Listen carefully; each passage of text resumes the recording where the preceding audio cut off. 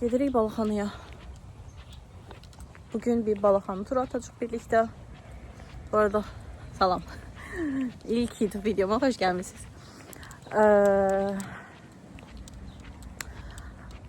Bugün bir Balaxanı turu atacağıq. Ve Balaxanı turu atanda birlikte biraz söhbət edəcəyik. Söhbətimizin məzunu olacaq. Onu da açıqlayarım.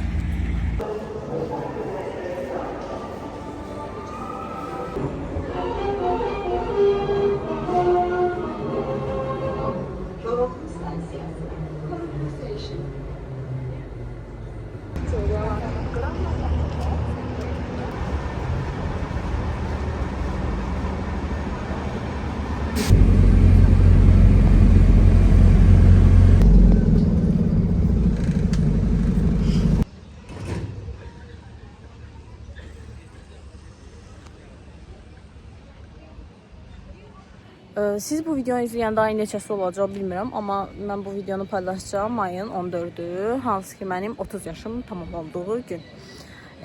Bu videonu paylaşmaqda məqsədim də zaten həm bu keçən 30 illə bağlı biraz söhbət eləyək, biraz məni tanıyın, həm də ki Balaxanıda gəzmiş olaq.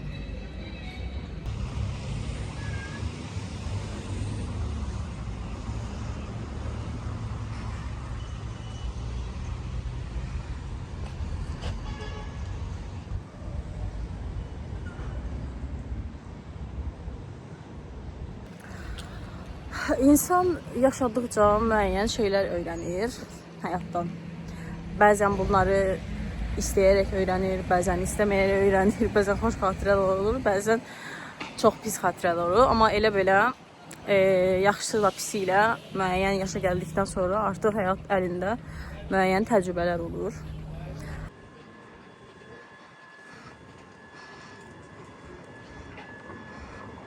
Bu təcrübələrim arasında ən başlıca, ən vacib olanı hansıdır desəz, mən deyərdim ki, heç kim və heç nə haqqında onsuz yaşaya bilmərəm kəlməsini əsla istifadə etməyin.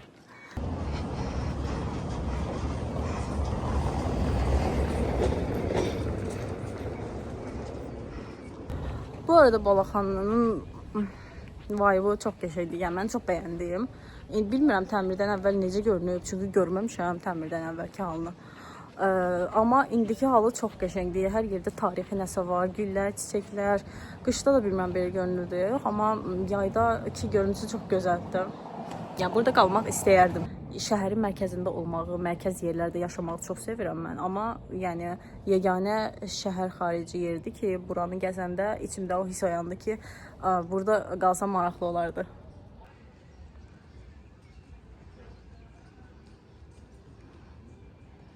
Harda qalmışdıq?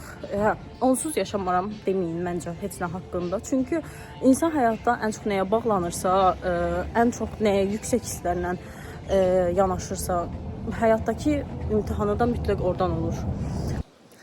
Yəni bunun da səbəbi odur ki, həqiqətən insan nəyə yüksək duyğular bəsləyirsə, mütləq şəkildə ondan sınanır.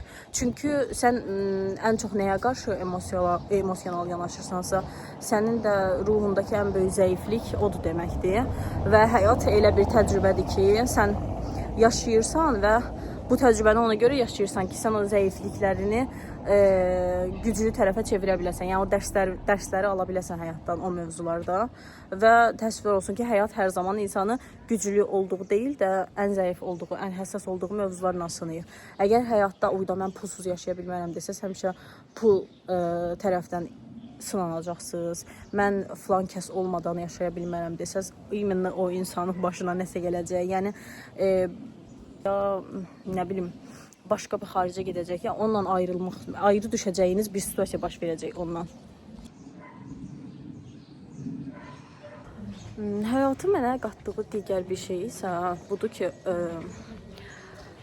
bunu məncə çox adamdan eşitmisiniz ya da eşitməmisiniz, bilmirəm, mən elə düşünürəm ki, bu populyar bir fikirdir, amma yenə də mən bunu vurğulamaq istədiyim xoşbəxtlik anlayışı.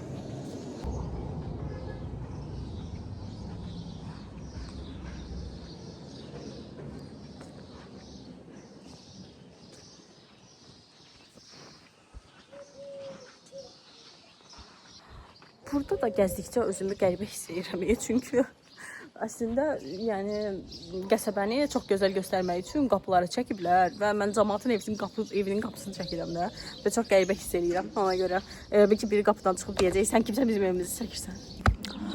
Xoşbəxtlik deyəni nə nəzərdə tuturam? Yəni bir çox insan düşünür ki, mən həyatda xoşbəxt olmalıyam. Biz xoşbəxt olmaq üçün gəlmişik. Atdığı bütün addımları xoşbəxt olmaq üçün atır. Arzu hal-hazırda mənə doğru addımlayır.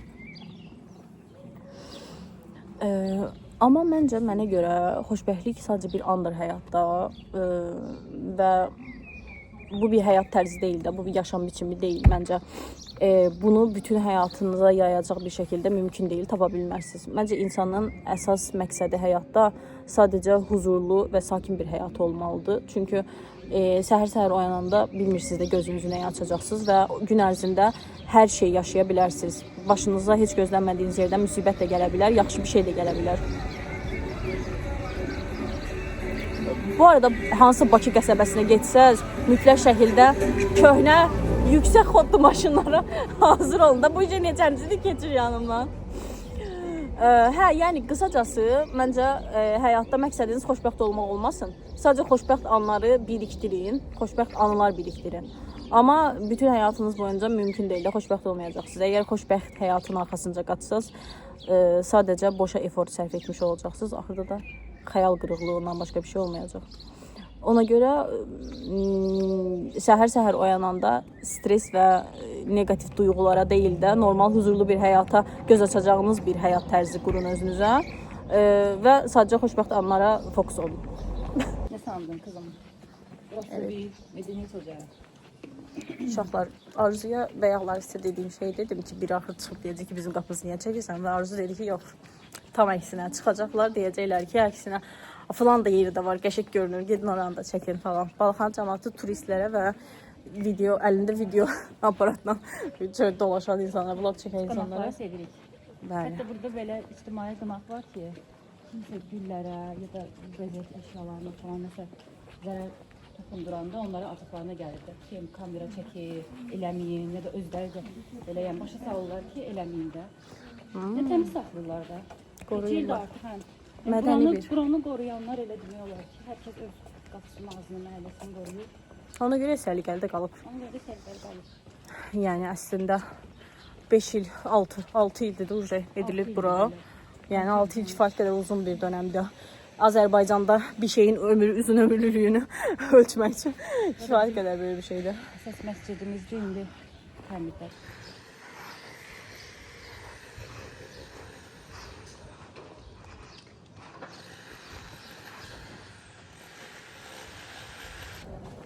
Bir növbəti təcrübəm isə həyatdan öyrəndiyim odur ki, həqiqətən maneə deyilən şey sadəcə və sadəcə insanın zehnində olan bir şeydir də. Yəni maneə deyə bir şey həyatda yoxdur əsla. Yəni bilirsiniz necədir? Bunu ən simple, ən aydın şəkildə belə izah eləyə bilərəm. Yəqin ki, internetdə velosiped gəzintisinə çıxan insanların videolarını izləmişsiniz. Yolun göstərən kamera ən önünə quraşdırırlar və sadəcə yolu çəkir. Velosiped getdikcə yolda görünən o ağacları falan görürsən və heyrətə düşürsən ki, uyda necə heç yerə dəymədən gedir. Amma əslində biz baxanda gördüyümüz o yoldakı ağaclardır, daşlardır və s. digər əngəllərdir. Əslində o velosipedçinin gördüyü keçə biləcəyi yoldur. Açıq olan hissələrdir. Həyatda eynən bu məntiqlə gedir də. Yəni sən edə biləcəyin ehtimallara fokuslananda yol sənin gözünə aydın görünməyə başlayır. Yəni maneə istər-istəməz var, hər yerdə var. Amma sən o maneəni özünə dağ eləyəndə, sən o maneəni keçilməz edəndə, yəni əgər onu keçilməz sayırsansa keçə bilməyəcəksən. Sadəcə qorxacaqsan. Amma keçmək də sənin əlindədir. Çünki mütləq şəkildə maneə olduğu kimi açıq yolda var. Yəni mümkün deyil ki, qarşında bir yol varsa, orada keçə bilməyəcəyin ehtimallarla doludur. Yəni mütləq keçə bilirsən də. Yəni sadəcə bu illüziyadır. İnsan ya özgüvənsizlikdən ya da digər hansısa duyğu durumlarına görə o maneələri özünə səbəb kimi sayır. Amma əslində hamısı bir bəhanədir. Yəni qısacası maneə deyilən şey sadəcə zehindədir. Özümüzə yaratdığımız illüziyadan başqa bir şey deyil.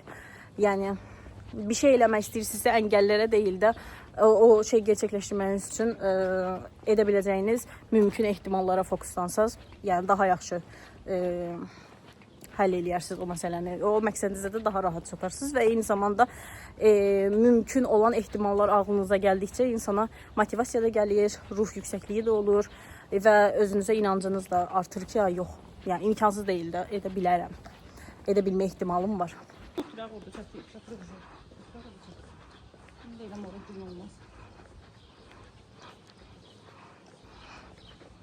Həm buradakı güllər, çiçəklər, həm də ki o arkadakı neft qaz. Yəni ikisi bir yerdə ancaq bu qədər estetik görünə bilər.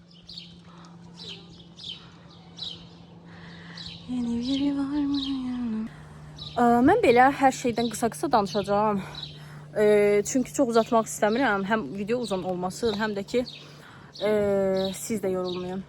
Yəni onsuz da anlayan anlayacaq nə demək istədiyimi. Anlamayanlar da şərh yazsınlar, daha uzun müzakirələr apararıq.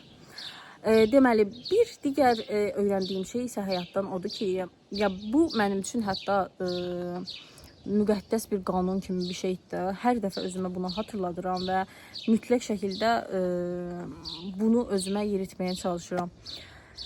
Heç kəs sınanmadığı günahın məsumu deyil. Bunun altında yatan fəlsəfə o qədər dərindir ki, o qədər şaxələnir və o qədər fərqli mövzularda insana həyatla bağlı bir çox şey öyrədir. İnsan həqiqətən çox şey başa düşür. Bu nə deməkdir? Belə izah eləyim. Yəni sən hansısa bir günahı işləməmisənsə, bu demək deyil ki, heç vaxt işləməyəcəksən. Ya da hansısa bir insan bu günahı işləyibsə, bu o demək deyil ki, məsələn, quraqdan kimsə da çox simple bir örnək verirəm. Kimsə oğurluq eləyib və sən onu oğurluq eləyir deyə qınayırsan və deyirsən ki, mümkün deyil, mən heç vaxt oğurluq eləyə bilmərəm. Bu garanti deyil ki, sən həyatın boyunca heç vaxt oğurluq eləməyəcəksən. Yəni mümkün deyil də, mütləq necəsə ola bilər, insanın ağlı hər an çaşa bilər. Çünki fani varlıqlarıq və bu dünya hər an bizi aldıda bilər. Ağlın başından gedə bilər, hər şey ola bilər də qısacası. Və iki, sən həmin insanın həyatını yaşamamısan. Onunla eyni həyatı, eyni yolu gəlməmisən. Onun tam da durduğu yerdə, tam da olduğu situasiyada olmamısan. Ona görə sən bilə bilməzsən ki, onun durumunda olsan sən nə edərdin? Bəlkə sən də eyni şey eləyərdin. Məsələn, tutalım da, bu ən çox haçan olur.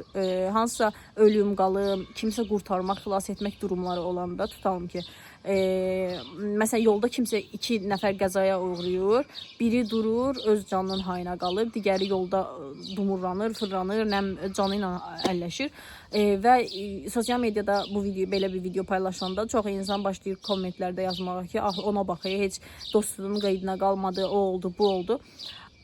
Uzaqdan sakin bir ruhla, açıq bir zehinlə bunu tartmaq çox asandır, amma yəni sən bilmirsən də, sən orada olsaydın nə olardı? Bəlkə də ondan da əvvəl qoyub qaçardın onu. Bunu bilə bilməzsən də, mümkün deyil. O situasiyada, tam o situasiyada, o anda, o durumda, o yerdə durmadan insanların hərəkətlərini yargılamaq məncə heç kimin həddi üçün deyil. Yəni nə bilim, mənə qəribə gəlir. Bu çox acımasızca və düşüncəsizcə gəlir. Və məncə həqiqətən heç kim, yəni sən əgər hansısa bir günahla, hansısa bir situasiyada, hansısa bir durumda sınanmamısansa, sən o sınağı verməmsənsə, bir insan o sınaqdan sənin həyata baxışına görə düzgün keçməyibsə, yəni yargılaya bilməzsən ki, ona bu niyə belə elədi, bu niyə belə elədi. Çünki eyni durumda, eyni situasiyada sən olsan, bilmək olmaz da, nə eləyərdin. Bir növbəti isə odur ki, məncə həyatda insan çox önəmli bir şey unudur etməyi və bunu məndə əvvəllər unudurdum. Sonra bir müddətdən sonra artıq bu mənim üçün bir fəlsəfə halına gəlməyə başladı. Səsləndirəndə düzdür, insana qəribə gəlir bu, amma reallığına varanda, doğrudan dərk eləyəndə insan başa düşür ki, həqiqətən də belədir. Məncə çox insan həyatda şükür etməyi unudur ya da şükür etməyi çox həffə alır. Məsələn, düşünürsən ki, şükür etmək çox böyük şeylərə görə şükür etməkdir. Nə bilim, məsələn, imkanın var, var dövlətin var, buna görə şükür eləyərsən. Yox. Əslində, yəni doğulmuşuq, evinizdə axan su, yanan işığınız, ya hər şey bir qoyun bir qırağa. Yəni bu dünya ilə bağlı mal varlığını və ya hər hansı bir varlığı qoyun qırağa.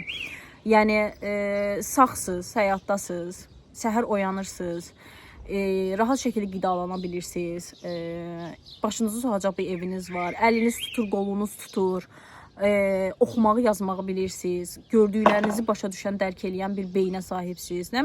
Yəni şükür eləyəcək o qədər çox nemət var ki insanın həyatında.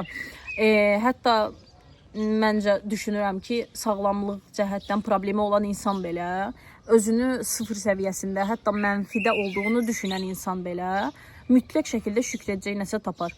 Və o şükür etmək, o şükür edilə biləcək şeylərə insan tutunanda məncə həqiqətən həyat daha dözülən olur və eyni zamanda şükür elə bir şeydir ki, həqiqətən əldəki neməti artırır. Yəni sən yeriyə bilirsən deyə şükür edirsənsə, Allah sənə qaçmağı nəsib edir. Ona görə mütləq şəkildə məncə şükür eləyin və durub belənti ay Allah şükür ki falan şey var deyil də o şükür hissində olun həmişə. Yəni o duyğu içinizdə olsun ki həyatda nəsə negativ bir şey də başınıza gələndə o sakinliyinizi qoruya biləsiniz ki, yəni şükür duyğusu çünki o hissi verir insana, o sakinliyi, o təlqini verir insana ki, yəni başına pis bir şey də gələndə sakit qarşılamaq, Türklərdə bir söz var, o negativ göğsündə yumuşatmaq, o şeyi şükür hissi insana verir və həqiqətən həyat daha çəkilir, daha dözülə bilən bir yer olur. Növbəti aşırı önəmli, dəhşət dərəcədə vacib məsləhətim isə yanında Arzu oturub və məncə Arzu bu məsləhəti eşidəndə deyəcək ki, mütləq həyatda mütləq nə istədiyini bilməyən insanlardan uzaq durun. Və eyni zamanda özünüzdə nə istədiyinizi anlayın və anladıqdan sonra o istədiyiniz şey üçün addım atın. Çünki ya mən bunun əyani olaraq örnəyini görmüşəm. Bir insan əgər seçim eləyə bilmirsə, yəni biz necədir? Ağıl, həyat bir zehin oyunudur. Və sənin zehnində nə varsa, həyat sənə onu sunur. Sənin əgər zehnin qarışıqdırsa, sən əgər bilmirsənsə hansı yolu getmək istəyirsən, nəyi seçmək istəyirsən, həyat sənə, yəni sən zehnin qarışıq olduğu üçün həyata qarışıq siqnallar yollayırsan. Və sən həyata qarışıq siqnallar yolladığın üçün də həyat da sənə gah oradan yolluyor, gah buradan yolluyor. Və sən hər mövzuda gah yaxşı hiss eləyirsən, gah pis hiss eləyirsən. Ona görə mütləq şəkildə öz gerçəyinizi, öz həqiqətinizi, öz doğrudan nə istədiyinizi mütləq şəkildə tapın. Yəni qarışıq olmayın, mütləq seçim eləyin. Ən pis seçim belə seçimsizlikdən, ən pis qərar belə qərarsızlıqdan yaxşıdır. Bu mütləq bir qanundur da həyatla bağlı. Və o qanunu seçdikdən sonra da, daha doğrusu o seçimi etdikdən sonra da onun arxasınca getməyə çalışın. Çünki seçim etdikdən sonra artıq bu deməkdir ki, sizin bir yolunuz var. Siz o yolu gedirsiniz. Və siz o yolu gedəndə o təcrübəni yaşadıqdan sonra başa düşəcəksiniz ki, siz doğru seçim etmişsiniz və səhv etmişsiniz. Və səhv etmişsinizsə, yenə yolu dəyişə bilərsiniz. Yəni həyat bir ehtimallar yığınıdır və siz istədiyiniz vaxt istədiyiniz yolu gedə bilərsiniz. Heç kim, heç nə sizi nəyəsə məcbur edə bilməz. Heç nəyin bu haqqı yoxdur. Hər insanın öz azad iradəsi var. Və eyni zamanda özünüzdə belə olduqdan sonra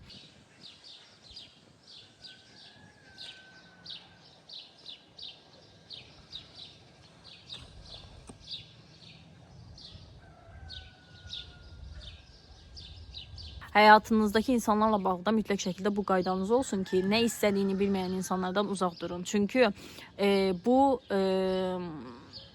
düşünün, yəni dənizə bir gəmi buraxırsınız, amma o gəmi hara gedəcəyini bilmir. O gəmi mütləq şəkildə batacaq. Ya da ki, hara gedəcəyinizi bilmədən yola çıxırsınız. Yəni mütləq şəkildə azarsınız yolda. Ya da nəsə olar. Yəni buna uyğun milyonlarla örnək vermək olar da. Yəni indi sizə hansı uyursa, temanı tutandan sonra özünüz o şəkildə formalaşdırın. Amma mütləq şəkildə həyatda qərarlı olun. Nə istədiyinizi tapın özünüzdə. Və insanlarla bağlı da nə istədiyini bilməyən insanlardan mütləq uzaq durun. Çünki onlar sizə vaxt itkisindən və hədər olmuş duyğulardan, hədər olmuş vaxtdan başqa heç nə verməyəcək. Növbəti mənim həyatda üzümə belə şillə kimi şap deyə, tokat kimi çarpan gerçəklərdən biri də bu oldu. Bunu bir İngilis podkastında eşitmişdim. Məncə bunu əksəriniz də görüb. Çünki internetdə çox yayılan bir videoydu. O qızdan o sözü eşidənə qədər mən bunun fərqinə varmamışdım. Amma o qız o sözü deyəndən sonra yəni tam belə çarx fırlandı və çuq deyə hər şey yerinə oturdu da. Həyatda dəyişmədiyin şeyi seçirsən. Yəni bunu mən eşidəndə bu mənə elə təsir eləmişdi bu söz ki, həqiqətən belədir. Çünki biz bəzən nəyisə dəyişməyə cəsarətimiz olmur. Amma o dəyişmədiyimiz şeyi də şikayətlənirik ondan. Ki, ayda bu niyə belədir, bu niyə belədir. Şikayətlənirik, amma yenə də onu davam elətdiririk. Və günün sonunda o şikayətləndiyimiz şey yenə bizim həyatımızda olur.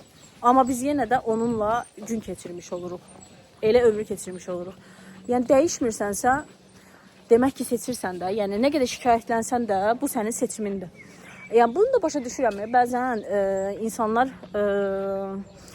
güc tapa bilmirlər o şeyi dəyişməyə, ya da ki kifayət qədər böyük bəhanələri olur. Yəni özlərinə səbəb gördükləri bəhanə olur. Kifayət qədər böyük, güclü olur. Ya da ki o insanın komfort zonası olur. Nə bileyim, məsələn tutalım da çox simple bir örnək verəcəm də. Tutalım ki siz övladları olan bir anasınız və bütün gün evdəsiz, başınız qarışıb uşaqlara. Amma eyni zamanda bir tərəfdən də tutalım da ingilis dilini öyrənmək istəyirsiniz. Özünüzə bəhanə gətirirsiniz ki, ay da bütün gün uşaqlarla başımı qatırlar, yorurlar. Vaxtım olmur ingilis dilini öyrənməyə. Yəni çox sadə bir örnək də. Amma bu belə deyil də, bu bir bəhanədir. Çünki məqsədli insan disiplinli olur. Və sənin disiplinin varsa gün ərzində heç olmasa 15 dəqiqən də olsa ayıra bilərsən. Nə bilməyən, yəni uşağı yedizdirmirsən. Yəni uşağın yeyəndə, uşağa yemək yedizdirəndə 15 dəqiqəlik bir podkast açıb dinləyə bilərsən. Uşağını da izləyə biləcəyi maraqlı bir şey, animasiyalar doludur. Aça bilərsən.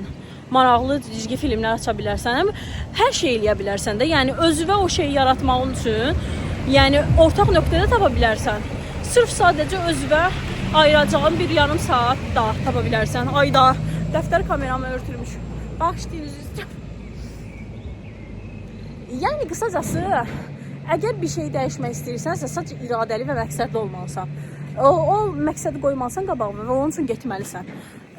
Qalan hər şey bəhanədir. Bir söz var, deyir ki,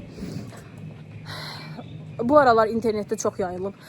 Güya ki, gələcəkdən gələn hansısa insan illər bundan əvvəlki halını gedib otaqda pıçıldayır, deyir, pıs pıs, dərsi burax, gedin internetdə video çək özünə, get TikTok çək özünə falan filan.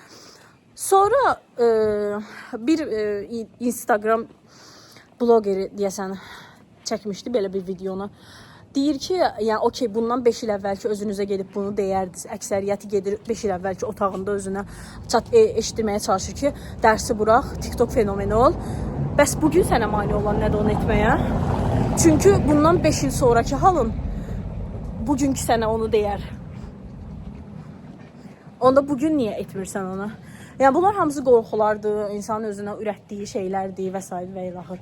Amma yəni əgər nəyisə dəyişmək istəyirsinizsə həyatınızda, mütləq şəkildə addım atmalısınız. Əgər nəyisə bəyənmirsinizsə, əgər atmırsınızsa, o attığınız o addımı atacaq cəsarəti tapacağınız vaxta qədər o şikayət etdiyiniz şeylə yaşayacaqsınız və bu yenə də sizin seçiminiz olacaq. Yəni bu qədər deyil, bu qismət deyil, bu neynimə, vəziyyət belədir, həyat belədir falan filan deyil.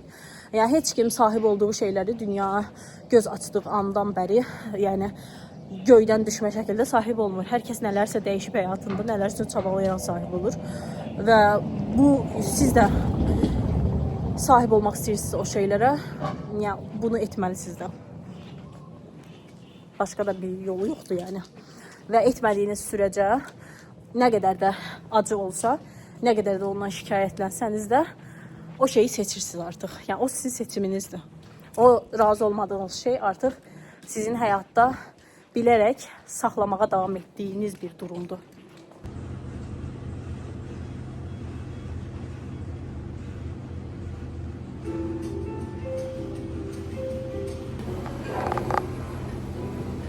Geldik oturduk.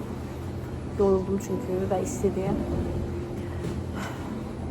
Güneşli zamanını kuruttuk. Bir şeyler içecek.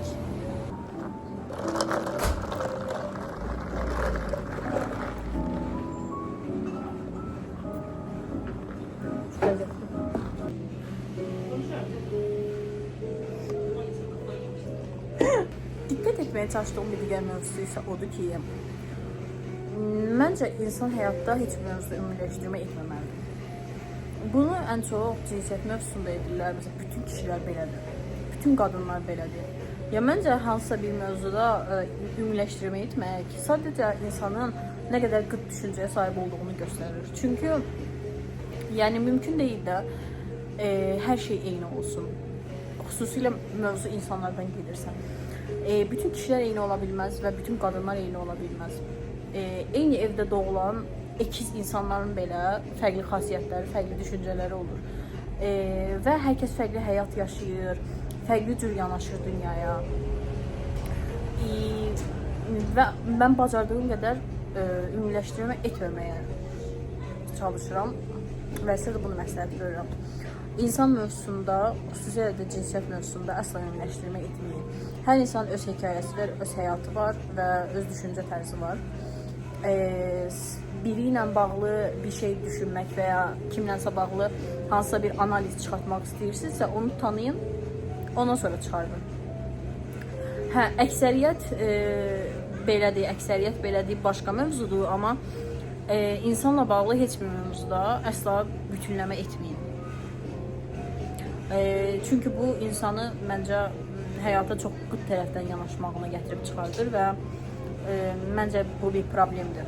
Çünki bu sosial həyata da təsir eləyir və davranışlara da təsir eləyir və mənasız bir negativ yaradır. Bir digər məsələ isə məncə insanın öz həyat keyfiyyətini artırması üçün çox önəmli bir mövzudur. Bu adətən İslamda olan bir şeydir və məncə araşdırın mütləq şəkildə. Suizən dediyimiz şey. Hə, bir digər məsələ isə suizəndir. Məncə bunu araşdırın və həyatınızda mütləq özünüzə təlqin eləyin. Heç bir mövzuda suizən eləməyin. Suizənə kiçik bir örnək gətirəcəm. Çox populyar bir örnəkdir. Siz bunu başqa mövzularda şaxələndirə bilərsiniz. Yəni temanın nə olduğunu tutandan sonra. Məsələn, tutam ki, düşünün bir insan evlənib və yoldaşının ailəsi ilə birlikdə yaşayır, qaynanası ilə. Və qaynana ilə gəlin yan-yana olanda gəlinə zəng gəlir anasından və qız çıxır otaqdan, gedir öz otağına. Qaynananın sırazı ürəyinə xal düşür ki, yəqin məndən gizli nəsə var. Yəqin nəsə danışacaq. Nəsə. Sırazı bu. Baxın, bu his, bu duyğu, bu düşüncə suizəndir. Yəni, ola bilər ki, o qızın ola bilər ki, ümumiyyətlə nəsə yadına düşüb otağına keçib. Ola bilər ki, ümumiyyətlə otağına keçmək istəyib. Ola bilər o onun anasıdır. Anası ilə daha şəxsi bir söhbəti var ki, bu da haqqıdır kifayət qədər. Amma sırazı baş verən, ətrafınızda baş verən hadisələrdə, kimlərinsə etdiyi hərəkətlərdən öz daxili aləminizdə hansısa negativ bir nəticəni çıxartmaq insanın həyat keyfiyyətini dəhşət dərəcədə öldürən bir şeydir. Və mütləq şəkildə bundan arının da, yəni bunu həyatınızdan, düşüncə tərzinizdən mütləq şəkildə özünüzə təlqin eləyin və bunu yığışdırın. Çünki bu həm insan ilişkilərinizə ziyan verir, həm insanın daxilini körəldir, həm də ki, sanki insan öz daxilini yavaş-yavaş çirkləndirir. Yəni, negativə deyil də pozitivə fokuslanın. Qoy negativ olsa belə, bu negativ sizdən çıxmasın. Çünki zaten bir negativ varsa, onsuz da əvvəl-axır o üzə çıxacaq. Amma yəni, bu sizin öz daxili aləminizdə ürətdiyiniz bir paranoya olmasın da, yəni yəni şizofren deyilsinizsə əgər, paranoyak bir insan deyilsinizsə, yəni hadisələri, ətrafınızda olan hadisələri normal dəyərləndirin. Öz üzərinizə çıxarımlar etməyin ya da nələrsə etməyin. Yəni qısacası suizəni araşdırın və əgər eləyirsinizsə bunu, irili xırdalı fərqi yoxdur. Bunu özünüzdən uzaqlaşdırın. Və son olaraq, əgər bir insana bir önəridə bulunacamsa, mütləq şəkildə məncə hər insan həyatında bunu anlamalıdır ki, hər kəsin öz vaxtı var. Bu nə deməkdir? Bəzən, məsələn, tutam ki, 28 yaşında bir insan yolu keçəndə görür ki, qabağından yolda, yəni 18-19 yaşlarında bir insan keçdi və kifayət qədər bahalı bir maşın var altında. Ya da ki, nə bilmə, yəni həyatın hər hansı bir anında nəyəsə gecikdiyinizi düşünürsünüzsə, bu belə deyil. Çünki hər kəsin öz vaxtı var. Ya ola bilər ki, hələ evlənməmisiniz, ətrafınızdakı çox insan sizin yaşınıza gəlmədən evlənib. Ya ola bilər ki, övladınız yoxdur, ətrafınızdakı çox insanın övladı var. Ya ola bilər ki, universitetə girməmisiniz, ətrafınızdakı çox insan universitetə girib artıq oxuyub. Yəni nə bilməyim, bəlkə indiyə qədər xaricə getməmisiniz, ətrafınızdakı çox insan gedib və yaş olaraq da müqayisə eləyirsiniz, həyat statusu olaraq müqayisə eləyirsiniz. Ya hər cürdə insanlarla müqayisə eləyirsiniz, etməyin. Çünki hər insan həqiqətən də öz vaxtı var və hər kəs öz doğru zamanında yaşamalı olduğu şeyi, təcrübə etməli olduğu şeyi edir. Hə, bəzən düzdür, bu gecikmələrin səbəbi bizim tənbəlliyimiz olur. Amma yəni istəyirsinizsə bir şeyi durub ayağa, onun üçün addımlamalısınız. Amma yox, bu addım atmaqla əlaqəli deyil, daha qismətlə bağlı bir şeydirsə, yəni ürəyinizi mən deyərdim ki, buz kimi sərin saxlayın. Çünki həqiqətən də həyatda hər kəsin öz vaxtı var. Və ən gözəl vaxtda sizin də hekayənizdə o istədiyiniz xoşbəxtlik yazılacaq mütləq şəkildə. Bu mövzuda əsla inancınızı itirməyin. Yəni inancınız, dini inancınız nədir bilmirəm, amma mən Allaha inanan bir insanam və heç vaxt Allahdan ümidimi kəsmirəm. Siz də nəyə inanırsınızsa, ondan ümidinizi kəsməyin. Yəni qısacası hər kəsin öz vaxtı var. Yaşamaq istədiyiniz şey yaşanacaq. İstədiyiniz xoşbəxtliyi sizi tapacaq. Sadəcə başqalarının həyatları ilə, başqalarının yaşları ilə, başqalarının imkanları ilə müqayisəyə girməyin əsla və öz axarınızda, öz tempinizdə gedin. Olacaq.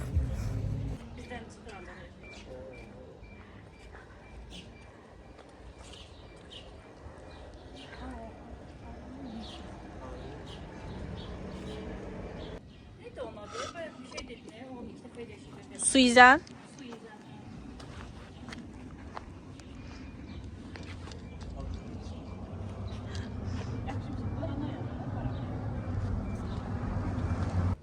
Qızı kimdir?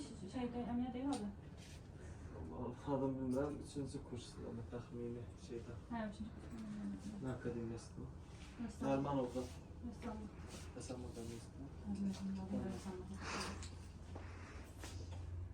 Oradakı əl işlərdə alındı. Nə qədər şey var bizdə evdə olan, sevdə olaraq, bunlardan hamısına din olar. Onda Fuad müəllimdən evdə adamsız. Hə,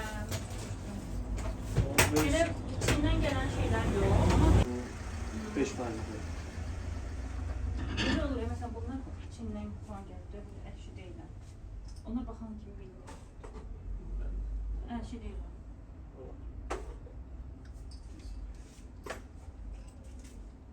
Dəyə gəlişləri üçün birilən o şəkillərdir.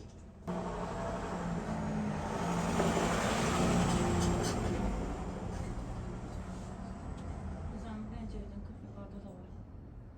O hobbi kimdir bu kanal, yoxsa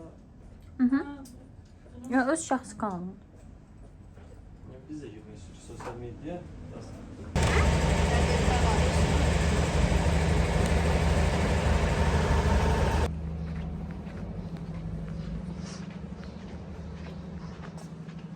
Qalxana əvvəl şey oldu da. İlk qızlar məktəbi burada olub. Sonra Fransaya oxumağa ilk buradan göndəriblər. Neftə görə də ilk neft burada çıxıb axı. Hə. Bu Arzunun mən açdığı süfrə. Bu da gördüğünüz kimi bıçaq var. Bu o deməkdir ki, ağıllı ol, çaşma. Arzu hər zaman minik bir təhdid ünsürü qoyar mənim üçün. Sağ olsun. Ya Arzu çok da sürpriz. Xəstə. Ona görə gec gəldin sən. Şam varmış.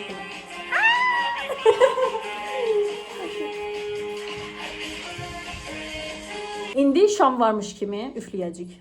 Elə düşünün ki, bunun üstündə 30 dənə şam var. Mən editdə qoyacağam 30 dənə şam bura. Deməli, bir Arzu. Əslində mən Arzu tutmağı sevmirəm. Doğum günü şamların üstünə şey Sən belə eləyəndə. tuta bilərsən. Arzu buradadır. Doğru. İğrenç bir şakaydı bu arada. Həmişə indiyə qədər bir çox məqsədim olduğu kimi bu ildə bir çox məqsədim üçün addımlar atmağa çalışacağam. Zaten hal-hazırda o addımlarımdan birine şahid olursunuz siz. Neyse option belə. Elə düşünək ki, bunların hamısı məni cəsarətləndirmək üçündür. 31, 32, 33, 34 yaşlarımda çatım deyə istəklərimə. 3, 2, 1 püf. Aha, biri qaldı.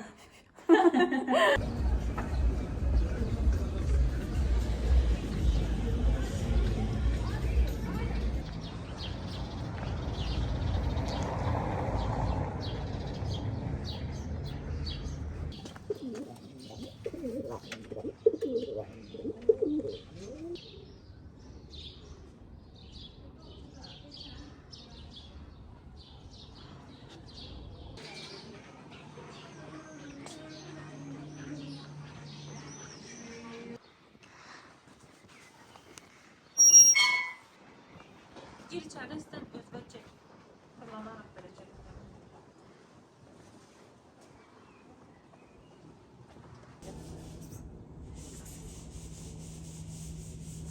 Yox.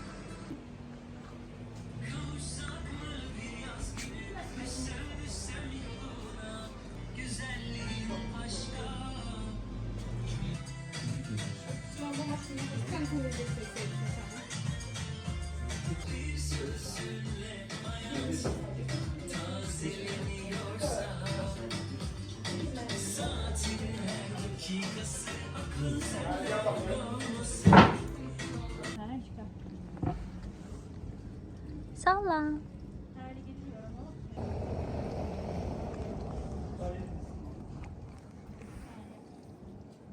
Ayu.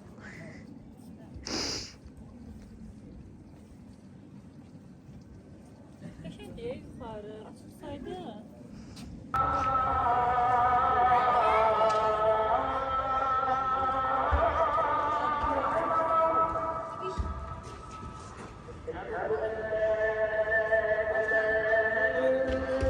Özümə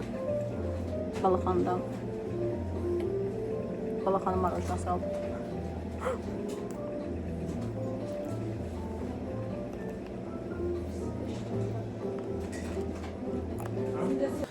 Belə, bu qədər.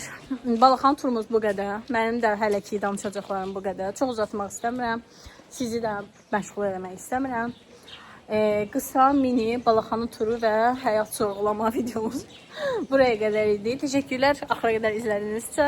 İzləmədinizsə də təşəkkürlər. Belə, Arzu, nəsə demək istəyirəm Balaxan ilə bağlı son olaraq? Balaxan ilə bağlı gəlin, gəzin. Hə, həqiqətən məncə gəlin gəzin Balaxanı, məncə mütləq. Hər insan biletə gəlməli olduğu. Evet, xüsusilə də Azərbaycanlısı. Mütləq şəkildə Balxanını Hətta görməlisən. xüsusilə Bakılısızlar mütləq. Bəli. Bakılıcısı mütləq görməlisən. Belə. Təşəkkürlər izlədiyiniz üçün. Gələn tur videolarımızda, həyatı sorğuladığımız gəzinti videolarımızda görüşmək üzrə. Sağ olun. Bu arada mənim də ad günüm mübarək. Birthday. Evet.